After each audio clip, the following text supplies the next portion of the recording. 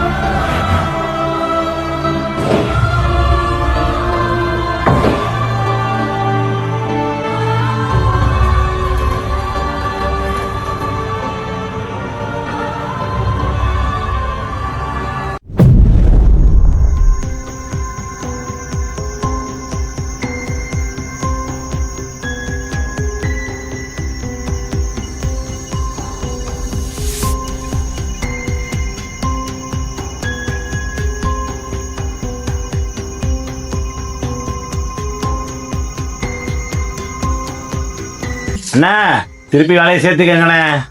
சேர்த்துக்கணும்ண்ணா. போட்டு மேல வா.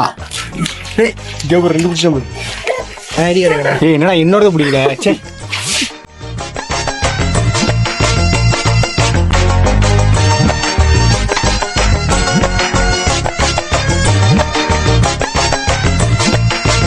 ஓகே திரும்பி வந்துட்டீங்க. எப்படிண்ணா அவ்வளோ போட்டு போனோம் திருப்பி வந்தோம்னா சேர்த்துக்கிட்டீங்க? நான் என்ன சொல்றது, அடுத்து என் பையனை வச்சு எல்லாம் வந்துட்டு பண்ணிடலான்னு பார்த்தேன். ஆனால் அவனுக்கு இப்போ தான் 3 வயசே ஆகுது. அவன் இன்னுமே வளர்ந்து வந்து இதெல்லாம் கற்றுக்கிறது லேட் ஆகும்ல, அதான் போனா போன்னு சேர்த்துக்கிட்டேன். இல்லை ஃபஸ்ட்டு இன்ஹெரிட்டன்ஸ் தான் என்ன முதல்ல. இப்போ சாதாரணமாக இருது இந்த கான்செப்டை பற்றி பேசும்போது எனக்கு ரொம்ப ஒரு தெளிவு வேணும். முக்கியமாக என்னென்னா இந்த இன்ஹெரிட்டன்ஸ் அப்படிங்கிற கான்செப்ட் ஒன்று தான் குறைஞ்சபட்சம் நாங்களாம் இன்ஜினியரிங் படித்து வெளில வரும்போது பதில் சொல்கிற அளவுக்கு தெரியக்கூடிய ஒரு கான்செப்ட், ரைட்டா?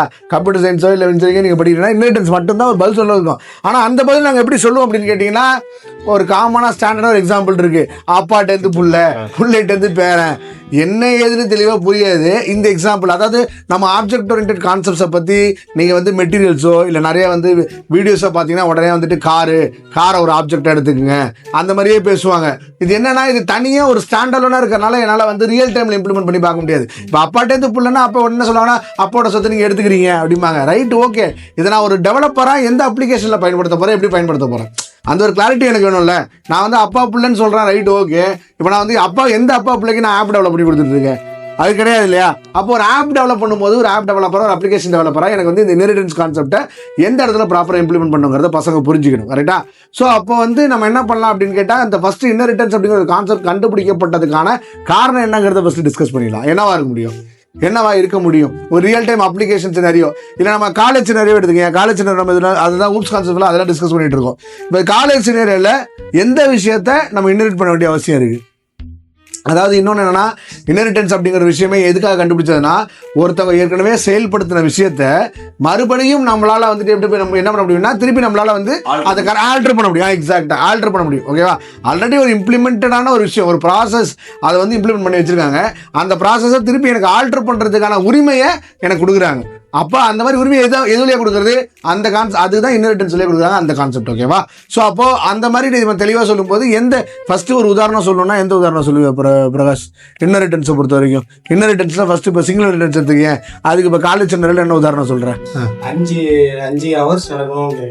ஆமாம், அது வந்து சில நாள் பார்த்தீங்கன்னா 3 ஹவர்ஸ் நடக்கும், சில நாள் 2 ஹவர்ஸ் நடக்கும். அதாவது சில டைம் ஸ்ட்ரைக் நடக்கும், கிளாஸே நடக்காது. ஸ்டாஃப்ஸ் வந்து வரலன்னா அது இது பண்ணுவாங்க, டிபார்ட்மெண்ட் கையில் தான். இது ஓகே. இது வந்து நம்ம சொல்கிற எக்ஸாம்பிள் வந்து இவன் சொல்கிற எக்ஸாம்பிள், இப்போ வினித் சொல்கிற எக்ஸாம்பிள் நம்ம என்ன வந்து கரெக்டு தான். இது எப்படி பண்ணிக்கலாம் அப்படின்னா, மேபி நம்ம வந்து காலேஜ் டைமிங் அப்படிங்கறது வந்து ஃபிக்ஸ் பண்றது, நம்பர் ஆஃப் ஹவர்ஸ் ஃபிக்ஸ் பண்றது எல்லாமே வந்துட்டு பிரின்சிபல் ஆஃபீஸா இருக்கும். நம்ம அதை வந்து நம்ம போன தடவை டைப்ஸ் ஆஃப் கிளாஸஸ் பேசும்போது கூட அதை சீல்டா மாத்திக்க சொல்லி சொன்னோம். ஆனா சில இடங்கள்ல ஓகேவா ஒரு சில விஷயங்கள், அதாவது வந்து இப்போ வந்து இந்த ஸ்பெஷல் கிளாஸஸ் ஸ்கூலில் வைக்கிறது, இன்னும் சில காலேஜஸ்லாம் கூட வைக்கிறாங்க அந்த ஸ்பெஷல் கிளாஸஸ்லாம் ஸ்கூல் மாதிரி. ஸோ அப்போ என்ன பண்ணுறாங்க அப்படின்னா எக்ஸ்ட்ரா ஸ்பெஷல் கிளாஸஸ், எக்ஸ்ட்ரா அசஸ்மெண்ட்லாம் கண்டக்ட் பண்ணுறது டிபார்ட்மெண்ட் வந்து ஓவர் டைமாக பண்ணுறாங்க. ஒரு அந்த காலேஜ் டைம் முடிஞ்சதுக்கப்புறம் பண்ணுறாங்க. ஸோ இந்த இடத்துல வந்துட்டு அவங்களுக்கு வந்து என்ன ஆகுது அப்படின்னு கேட்டிங்கன்னா, தே ஆர் என்ன சொல்கிறது, allowed to reimplement which is already written or which is already implemented. அப்போ நான் என்ன பண்ணுறேன் அப்படின்னா, என்னோட டிபார்ட்மெண்ட்டுக்கு இந்த செமஸ்டர் ரிசல்ட் வந்ததுக்கப்புறமா இவங்களுக்கு வந்துட்டு எந்தெந்த ஸ்டூடெண்ட்டுக்கு எவ்வளோ திருப்பி எத்தனை நாள் ஸ்பெஷல் கிளாஸ் வைக்க போகிறேன், அந்த ஸ்பெஷல் கிளாஸில் வந்து அவங்களுக்கு எத்தனை அசஸ்மெண்ட் வைக்க போகிறேன், அந்த மாதிரி சில விஷயங்கள்லாம் வந்துட்டு பண்ணுறது வந்து எக்ஸ்ட்ரா பண்ணும்போது அது டிபார்ட்மெண்ட் கையில் கொஞ்சம் இருக்குது. ஸோ அதை வச்சுக்கலாமா பிரகாஷ், என்ன சொல்கிறீங்க? சிங்கிள் ரிட்டர்ன்ஸுக்கு ஓகேவா? உங்களுக்கு ஒன்றும் பிரச்சனை இல்லைன்னா வச்சுக்கலாம். நல்ல ஐடியா. சரி ரைட்டு ஓகே. அடுத்து என்ன ரிட்டர்ன்ஸு? Multi level inheritance. சரி, மல்டி லெவலுக்கு வந்து என்ன உதாரணம் நம்ம சொன்னோம்? என்ன உதாரணம் நீங்கள் வச்சுருக்கீங்க? என்ன சொல்கிறீங்க மல்டி லெவலுக்கு? மேனேஜ்மெண்ட் ஒரு டிசிஷன் எடுப்பாங்க. சரி, அந்த டிசிஷனை வந்து அப்படியே வந்துட்டு பிரின்சிபல் ஆஃபீஸர் சொல்லுவாங்க. சரி, பிரின்சிபல் ஆஃபீஸில் உள்ளவங்க டிபார்ட்மெண்ட்டை சொல்லி அந்த அந்த ஒரு முடிவை வந்துட்டு எக்ஸிக்யூட் பண்ணுவாங்க. சரி. இப்போ இந்த மல்டி லெவலில் எனக்கு என்ன கேள்வி அப்படின்னா, ஒரு இடத்துல இம்ப்ளிமெண்டேஷன் இருக்கும்ல. உதாரணத்துக்கு இப்போ வந்துட்டு மேனேஜ்மெண்ட்டில் இம்ப்ளிமெண்ட் பண்ணி அப்புறம் திருப்பி அதே மெத்தடை அந்த அதே ப்ராசஸை பிரின்சிபல் ஆஃபீஸ் ஒரு தடவை இம்ப்ளிமெண்டேஷன் பண்ணி அதுக்கப்புறம் ஃபைனலாக டிபார்ட்மெண்ட் இம்ப்ளிமெண்ட் பண்ண போகிறாங்க. கரெக்டாக நான் சொல்கிறது? இப்போ நாட் ராங். ஓகே. ஸோ அப்படி பண்ணுறதுக்கு என்ன எக்ஸாம்பிள் எடுத்துக்கிறேன்? இப்போ ஒரு காலேஜ் இருக்குது அப்படின்னா, ஒரு காலேஜுக்கு இப்போ நம்ம வந்து இப்போ ஒரு ஒரு ஒரு நம்ம இப்போ கம்பெனியாக வந்து ஒரு காலேஜில் ஒரு பெரிய ப்ரோக்ராம் சைன் பண்ணுறோம். என்டையராக வந்துட்டு ஒரு இயருக்கு ஒரு ஃபஸ்ட் இயர் இல்லை செகண்ட் இயர் அந்த காலேஜில் எல்லா டிபார்ட்மெண்ட் பீப்புளுக்கும் அந்த ஃபஸ்ட் இயர் செகண்ட் இயருக்கு நான் ஒரு ப்ரோக்ராம் பண்ணி தரேன் அப்படின்னு சொல்லி நான் வந்து ஒரு காலேஜில் சைன் பண்ணுறேன் அப்படின்னா, இப்போலாம் உங்களுக்கு வந்து பார்த்தீங்கன்னா இந்த கிரெடிட் கோர்சஸ் அப்படின்னு சொல்லிட்டு இருக்குது. நாங்கள் பழைய கம்பெனியில் வேலை போகும்போது அந்த மாதிரி கிரெடிட் கோர்சஸ் கொடுத்துருக்கோம். ஸோ அப்போ அந்த கிரெடிட் கோர்சஸ் அப்படிங்கும்போது அவங்களுக்கு வந்து ஒரு பாயிண்ட் இருக்குது. தியரிக்கு ஒரு 45 மார்க்கும், அதுக்கப்புறம் ப்ராக்டிக்கல் ஒரு 15 மார்க்கும், மொத்தம் வந்து 60 ஹவர்ஸ்க்கான கிரெடிட் இருக்குது. ஓகேவா? ஸோ ஒரு கிரெடிட் டோட்டலாக 60 ஹவர்ஸ். இப்போ இந்த மாதிரி இருக்கும்போது அந்த கிரெடிட் பாயிண்ட்ஸுக்கு வெளியிலேருந்து தான் வந்து ட்ரைனிங் கொடுக்குறாங்க. அப்போ ட்ரைனிங் கொடுக்கும்போது இப்போ ஒரு காலேஜில் வந்து மொத்தமாக நம்ம எடுத்துட்டோம் அப்படின்னா அதில் ஒரு 7-8 டிபார்ட்மெண்ட் இருக்குது. ஓகேவா? இப்போ ஃபஸ்ட்டு மேனேஜ்மெண்ட் கூட என்ன பண்ணுறான் அப்படின்னு கேட்டிங்கன்னா, டோட்டலாக வந்துட்டு என்னென்ன அங்கே இம்ப்ளிமெண்டேஷன் நடக்கும்னா அவங்க வந்து சொல்லிடுவாங்க. நான் வந்து ப்ரொப்போசல் என்ன வேணால் கொடுப்பேன். ஆனால் மேனேஜ்மெண்ட் என்ன பண்ணுவாங்க அப்படின்னா, இத்தனை நம்பர் ஆஃப் ஹவர்ஸ், அதுக்கு இவ்வளோ, ஒரு பர் ஹவருக்கு இவ்வளோ நம்ம இது பண்ணுறோம் அப்படின்னு சொல்லிட்டு அந்த ஃபினான்ஷியல் கேல்குலேஷன் இம்ப்ளிமெண்டேஷன் வந்துட்டு மேனேஜ்மெண்ட் சைடில் நடக்கும். ஓகேவா? அடுத்தது பிரின்சிபல் ஆஃபீஸுக்கு வரும்போது பிரின்சிபல் ஆஃபீஸில் வந்து சில ரெக்குயர்மெண்ட்ஸ் கொடுப்பாங்க. எங்களுக்கு வந்து இத்தனை ஸ்டாஃப் வேணும், இத்தனை சப்போர்ட் வேணும். நான் எல்லா டிபார்ட்மெண்ட்டும் ஒரு டிபார்ட்மெண்ட் தனித்தனியாக சொல்ல மாட்டாங்க. மொத்தமாக வந்துட்டு எங்களுக்கு என்ன வேணா, இத்தனை நம்பர் ஆஃப் ஹவர்ஸ் வந்து தியரிட்டிக்கல் கிளாஸ் வேணும், இத்தனை number of hours practical class வேணும், இத்தனை சப்போர்ட் வேணும், இந்த மாதிரி எங்களுக்கு வந்து இந்த பிளாட்ஃபார்ம்ஸ் எங்களுக்கு வேணும் அப்படின்னு சொல்லிட்டு பொதுவாக அவங்க பிரின்சிபல் ஆஃபீஸில் கேட்டுருவாங்க. அண்ட் ஃபைனலாக டிபார்ட்மெண்ட்டுக்கு வரும்போது தான் அந்த பர்டிகுலர் சப்ஜெக்டை நம்ம எடுக்கும்போது அந்த சப்ஜெக்டை என்ன மாதிரி இம்ப்ளிமெண்ட் பண்ணலாம், என்னென்னைக்கு அந்த ஸ்கெடியூல் கொடுக்கலாம். ஓகேவா? அது டிபார்ட்மெண்ட் தான் பண்ணோம். இப்போ பிரின்சிபல் ஆஃபீஸில் என்ன சொல்லுவாங்கன்னா, எங்களுக்கு ஒரு அசஸ்மெண்ட் பிளாட்ஃபார்ம் கொடுத்துருங்க, அதை வச்சு நாங்கள் பசங்களுக்கு வந்துட்டு ஒரு ஃபுல்லாக வந்து இது பண்ணணும், என்ன சொல்கிறது, அசஸ்மெண்ட் கண்டக்ட் பண்ணோம். ரெண்டாவது வந்துட்டு ஏதாவது பிளேஸ்மெண்ட் ப்ரிப்பரேட்டரி ஏதாவது பண்ண முடியுமா, அதை பண்ணலாம். மூணாவது ஹேக்கத்தான் அந்த மாதிரி நடக்கணும். இதெல்லாம் வந்து பிரின்சிபல் ஆஃபீஸ்லேருந்து ரெக்குயர்மெண்ட்டை இம்ப்ளிமெண்டேஷன் சொல்லிடுவாங்க. அந்த கமிட்மெண்ட் முடியும் போது அந்த மெத்தட் அங்கே முடியும். ஓகேவா? அடுத்தது டிபார்ட்மெண்ட்டுக்குள்ளே வரும்பொழுது தான் என்ன ஆகும் அப்படின்னு கேட்டிங்கன்னா, அவங்க என்ன பண்ணுவாங்க, ஒரு டிபார்ட்மெண்ட்டுக்கு என்னென்ன ஸ்லாட் அசைன் பண்ணலாம், எத்தனை நம்பர் ஆஃப் ஹவர்ஸ், அதை பேஸ் பண்ணி என்னென்ன விஷயங்கள் நடக்கலாங்கிறத ஃபர்தர் இம்ப்ளிமெண்டேஷனை டிபார்ட்மெண்ட் பண்ணுவாங்க. ஸோ இப்போ இது மல்டி லெவலில் வச்சுக்கலாம். ஸோ இனிஷியலாக ஃபினான்ஷியல் டிஸ்கஷன், ரெண்டாவது ப்ராசஸ் டிஸ்கஷன், ஃபைனலாக இம்ப்ளிமெண்டேஷன் வந்துட்டு அந்த மெத்தட் இம்ப்ளிமெண்டேஷன் வந்து எப்படி சொல்ற to the core level, ground level implementation வந்துட்டு டிபார்ட்மெண்ட்ல பண்ணுவாங்க. அதை மல்டி லெவலுக்கு வச்சுக்கலாம். ஓகேவா? அடுத்தது மல்டிபிள் இன்ஹெரிட்டன்ஸ். ஓகே. இந்த மல்டிபிள் இன்ஹெரிட்டன்ஸை பொறுத்த வரைக்கும் ஒரு வந்துட்டு ஒரு ப்ராப்ளம் சொல்லுவாங்க. அதாவது மல்டிபிள் இன்ஹெரிட்டன்ஸ் முதல்ல என்னன்னு சொல்லிடுறேன். எழுதிருக்கோம், சொல்லிடுவோம். அதுல இருந்து நீங்க சொல்லு. இதுல நம்ம என்ன எழுதுறோம்னா, மெக்கட்ரானிக்ஸ்னு ஒரு டிபார்ட்மெண்ட் இருக்கு. அதுல வந்துட்டு மெக்கானிக்கல் ஸ்டூடெண்டோட சப்ஜெக்டும் இருக்கும், எலக்ட்ரானிக்கல் ஸ்டூடெண்டோட சப்ஜெக்டும் இருக்கும். சரி, அப்படிதான் நம்ம எழுதிக்கிறோம். Okay. So right, mechanical student, electronics student, right, இது மாதிரி சொல்லலாம். வேற வந்துட்டு என்ன வேற அந்த மாதிரி இருக்கு. ஸோ அந்த மாதிரி வேற என்ன இருக்கு? ஒரே கிளாஸ் இருக்கா? ஓகே. இவங்களோட டிபார்ட்மெண்ட் சேர்த்து இந்த டிபார்ட்மெண்ட் வந்து இன்டெரிட் பண்றாங்க. ஒரே கிளாஸ்ல இல்ல, மூணாவது ஒரு கிளாஸ், 2 கிளாஸ்ல இருக்கு. அதாவது mechanical subjects and electronic subjects ரெண்டுத்தையுமே வந்துட்டு அவங்க நடத்துறாங்க. அப்படிங்கும்போது 2 டிபார்ட்மெண்ட்ல இருந்து இந்த ஸ்டாஃப்ஸ் வந்து இந்த மெக்கட்ரானிக்ஸ் டிபார்ட்மெண்ட் நடத்த முடியும். தனியா மெக்கட்ரானிக்ஸ்னு சொல்லிட்டு தனியா ஸ்டாஃப் இருப்பாங்களான்னு தெரியல. ஒருவேளை என்கிட்ட மெக்கானிக்கல் அண்ட் எலக்ட்ரானிக் சப்ஜெக்ட்ஸ் இருந்துச்சுன்னா என்னால் மெக்கட்ரானிக்ஸ் நடத்திட முடியும். ஓகேவா? அந்த மாதிரி உதாரணத்துக்கு சொல்றேன், கரெக்டா தெரியல சொல்றேன். ஸோ இப்படி இருக்கும்போது இதில் வந்து பார்த்தீங்கன்னா மல்டிபிள் இன்ஹெரிட்டன்ஸ் அப்படின்னு நம்ம சொல்கிறோம். ஆனால் இதில் ஒரு சின்ன ஒரு இந்த C# ஜாவாலாம் என்ன பண்ணுவாங்கன்னா, ஆம்பிகுட்டின்னு ஒரு ப்ராப்ளம் பற்றி பேசுவாங்க. ஓகேவா?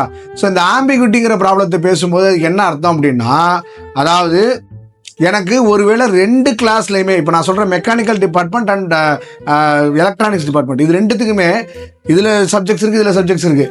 இப்போ வந்து மெக்காட்ரானிக்ஸில் வந்து ஒரு சப்ஜெக்ட் இருக்குது, அந்த சப்ஜெக்ட் மெக்கானிக்கல் டிபார்ட்மெண்ட்டுக்கு இருக்குது, எலக்ட்ரானிக்ஸ் டிபார்ட்மெண்ட் இருக்குது. அப்படின்னா என்ன ஆகும்?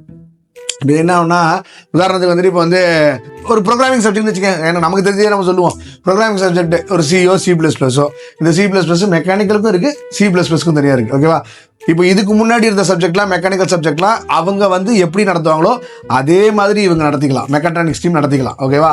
அதே மாதிரி எலக்ட்ரானிக்ஸ் டீமில் வந்துட்டு என்னென்ன சப்ஜெக்ட் இருக்கோ அவங்க வந்து இம்ப்ளிமெண்டேஷன், அதாவது இந்த சப்ஜெக்ட்டில் இதுதான் சிலபஸ், இத்தனை யூனிட்டு, இதுதான் கான்செப்ட்ஸ் நம்ம கவர் பண்ண போகிறோம், இதான் வந்துட்டு என்ன சொல்கிறது அந்த மொத்தமாக வந்து டேபிள் ஆஃப் கண்டென்ட்ஸ் எல்லாமே அவங்க பண்ணி வச்சுருப்பாங்க. அப்படியே அவங்க ஸ்டாஃப் வந்து இங்கே பணம் நடத்துவாங்க, பசங்க படிச்சுட்டு பரிச்சு எழுதிடுவாங்க. ஓகேவா? ஸோ அப்போ இதுலேயும் யூனிக்காக சில பேப்பர்ஸ் இருக்கும்போது மெக்காட்ரானிக்ஸ் டிபார்ட்மெண்ட்டுக்கு பிரச்சனை வரதில்லை. ஒருவேளை ஒரு பேப்பர் 2 டிபார்ட்மெண்ட்லையுமே இருக்குது. இப்போ உதாரணத்துக்கு சி, ஓகேவா? மெக்கானிக்கல் டிபார்ட்மெண்ட்லேயும் சி இருக்குது, எலக்ட்ரானிக்ஸ் டிபார்ட்மெண்ட்லேயும் சி இருக்குது. இவங்க ஒரு மாதிரி சியை கற்றுக்குறாங்க, இவங்க ஒரு மாதிரி சியை கற்றுக்குறாங்க. இப்போ நான் இந்த மெக்காட்ரானிக்ஸ் டிபார்ட்மெண்ட்டில் சி இம்ப்ளிமெண்ட் பண்ணால் யாருக்கிட்டேருந்து இம்ப்ளிமெண்ட் பண்ணுவேன்? ஓகேவா? இது வந்து எனக்கு வந்து இந்த ப்ராப்ளத்துக்கு பேர் தான் ஆம்பிகுட்டி அப்படின்னு சொல்லுவாங்க. ஏன்னா ஆல்ரெடி அங்கேயும் இம்ப்ளிமெண்டேஷன் இருக்குது, இங்கேயும் இம்ப்ளிமெண்டேஷன் இருக்குது. இந்த 2 இம்ப்ளிமெண்டேஷனில் எதை கொண்டு வந்து நான் மெக்காட்ரானிக்ஸ் டிபார்ட்மெண்ட்டில் வைக்கிறதுங்கிறது புரியாத பொழுது தான் ஆம்பிகுட்டி அப்படிங்கிற காரணம் வரும். ஓகேவா? நான் இதில் எதை இம்ப்ளிமெண்ட் பண்ணால் எனக்கு எப்படி அவுட்புட் வரும்னு தெரியாது. ஸோ அப்போது அந்த மாதிரி இடத்துல தான் என்ன பண்ணாங்க அப்படின்னா, C# அண்ட் ஜாவாவில் என்ன பண்ணாங்கன்னா, இந்த ஆம்பிகுட்டியை வந்து குறைக்கிறதுக்காக, அதாவது ஆம்பிகேஷன் தெளிவாக இல்லாமல் தெளிவின்மைன்னு சொல்கிறது. ஓகேவா? ஸோ அந்த தெளிவின்மையை குறைக்கிறதுக்காக என்ன பண்ணாங்கன்னா இன்டர்ஃபேஸாக கொடுத்தாங்க.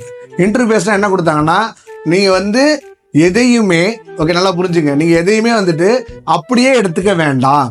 அவங்க சொல்கிறது புரியுதா? இப்போ மெக்கானிக்கலில் மொத்தம் இப்போ 40 சப்ஜெக்ட், மெக்காட்ரானிக்ஸில் 40 பேப்பர் இருக்குது, 20 paper electronic paper, 20 paper mechanical paper, இப்படி இருக்கா? இப்போ 20 பேப்பர் மெக்கானிக்கல் டிபார்ட்மெண்ட்டும் எலக்ட்ரானிக் டிபார்ட்மெண்ட் இம்ப்ளிமெண்ட் பண்ணி என்ன ப்ராசஸ்ங்கிறத கம்ப்ளீட்டாக செட் பண்ணி வச்சுருப்பாங்க. ஆனால் நீங்கள் அப்படி பண்ண வேண்டாம். நீங்கள் அவங்கள்ட்ட என்ன பண்ணுங்கள், அந்த என்ன செய்யணுங்கிறத மட்டும் கேட்டுங்க, விச் இஸ் நத்திங் பட் என்ன பேப்பருங்கிறத மட்டும் கேட்டுக்கங்க. என்ன பேப்பருங்கிறத கேட்டுங்க, இம்ப்ளிமெண்டேஷன் நீ பண்ணிக்க, அவ்வளோதான். இம்ப்ளிமெண்டேஷன் நீ பண்ணிக்க. அப்போ நான் என்ன பண்ணுறேன் அப்படின்னா, மெக்கானிக்கல் எலக்ட்ரானிக்ஸ் இன்டர்ஃபேஸாக வச்சுட்டு வெறும் டிக்ளரேஷன் மட்டும். டிக்ளரேஷன்னா இங்கே நீங்கள் மெக்கானிக் இந்த 20 பேப்பர் உங்களுக்கு தேவை வச்சுக்கன்னு மெக்கானிக் டிபார்ட்மெண்ட் தரான், இந்த 20 பேப்பர் தேவைன்னு உங்களுக்கு வந்துட்டு எலக்ட்ரானிக்ஸ் டிபார்ட்மெண்ட் தரான். அது எப்படி வேணாலும் ஏன் இஷ்டத்துக்கு இம்ப்ளிமெண்ட் பண்ணும்போது அவன்கிட்டையும் சி இருந்து இவன்ட்டையும் சி இருந்தால் எனக்கு பிரச்சனை இல்லை. ஏன்னா நான் அவனோட இம்ப்ளிமெண்டேஷன் எடுக்க போகிறது இல்லை. ஜஸ்ட் சி 2 பேரும் சி கொடுக்குறானா, இல்லைங்க அவர்கிட்ட சி வாங்கிட்டு எனக்கு வேண்டாம் அப்படின்னு இவர்கிட்ட வேறு பேப்பர் மட்டும் வாங்கி பண்ணே தவிர, நான் வந்து இம்ப்ளிமெண்டேஷன் தனியாக நானே மெக்காட்ரானிக்ஸ் டிபார்ட்மெண்ட்டை உருவாக்கி அந்த டிபார்ட்மெண்ட்டை வச்சு எக்ஸிக்யூஷன் நான் ஸ்டார்ட் பண்ணிட்டேன் அப்படின்னா எனக்கு இந்த ஆம்பிகுட்டிங்கிற ப்ராப்ளம் போயிடும். சொல்றது புரியுதுங்களா உங்களுக்கு? ஸோ அப்போ அந்த மாதிரி இப்போ என்னன்னா, ஸோ 2 பேர் ஒரே விஷயத்தில் 2 பேரண்ட் கிளாஸ் செஞ்சிருச்சு அப்படின்னா சைல்டு கிளாஸ் கன்ஃபியூஸ் ஆகுதுன்னு சொல்லிட்டு நம்ம என்ன பண்ணுறோம் அப்படின்னா, நான் என்ன பண்ணுறேன், உனக்கு டிக்ளரேஷன் மட்டும் கொடுக்குறேன், நீ வந்து என்ன பண்ணுற, நீ அதை வந்து வச்சு இம்ப்ளிமெண்டேஷன் பண்ணிக்கங்கிறது சொல்லி மல்டிபிள் இன்டர்ஃபேஸ். ஓகேவா? அதுதான் அப்படி தான் இன்டர்ஃபேஸ் வச்சு ஓப்பன் பண்ணாங்க. எனக்கு தெரிஞ்சு பைத்தானில் இன்டர்ஃபேஸ் இருக்கா இல்லை மல்டிபிள் இன்டர்ஃபேஸ் இருக்கான்னு தெரியல, அது பார்த்துக்கலாம், அதை பற்றி பார்த்துக்கலாம். ஓகே, அடுத்து ஹையரார்கிக்கல் இன்ஹெரிட்டன்ஸ். அது என்னது? ஒரு டிபார்ட்மெண்ட்ல உள்ள ஸ்டாஃப் வந்துட்டு இன்னொரு டிபார்ட்மெண்ட்ல போய் சப்ஜெக்ட் எடுப்பாங்கல்ல. உதாரணத்துக்கு வந்துட்டு இப்ப பிகாம் நான் படிச்சேன்னா தமிழ் இங்கிலீஷ் டிபார்ட்மெண்ட்ல உள்ளவங்க வந்து எங்களுக்கு சப்ஜெக்ட் பாடம் எடுப்பாங்கல்ல. ஓகே, வேற அதாவது ஒரு டிபார்ட்மெண்ட் ஸ்டாஃப் வேற டிபார்ட்மெண்ட்டுக்கு போய் எல்லா டிபார்ட்மெண்ட்ல கிளாஸ் எடுக்குது. ஹையரார்கிலாம் வந்துட்டு 1 to many சொல்லுவாங்க, கரெக்டா? அப்ப அது சிம்பிள், ரொம்ப சிம்பிள். அதான் இப்போ வந்து இப்போ கம்ப்யூட்டர் சயின்ஸ் ஸ்டாஃப் இருக்காங்கன்னா 4 டிபார்ட்மெண்ட்டு கம்ப்யூட்டர் சயின்ஸ் ஏதாவது லாங்குவேஜ் இருக்கா அவங்களே 4 டிபார்ட்மெண்ட்டுக்கு போயிட்டு வந்துருவாங்க.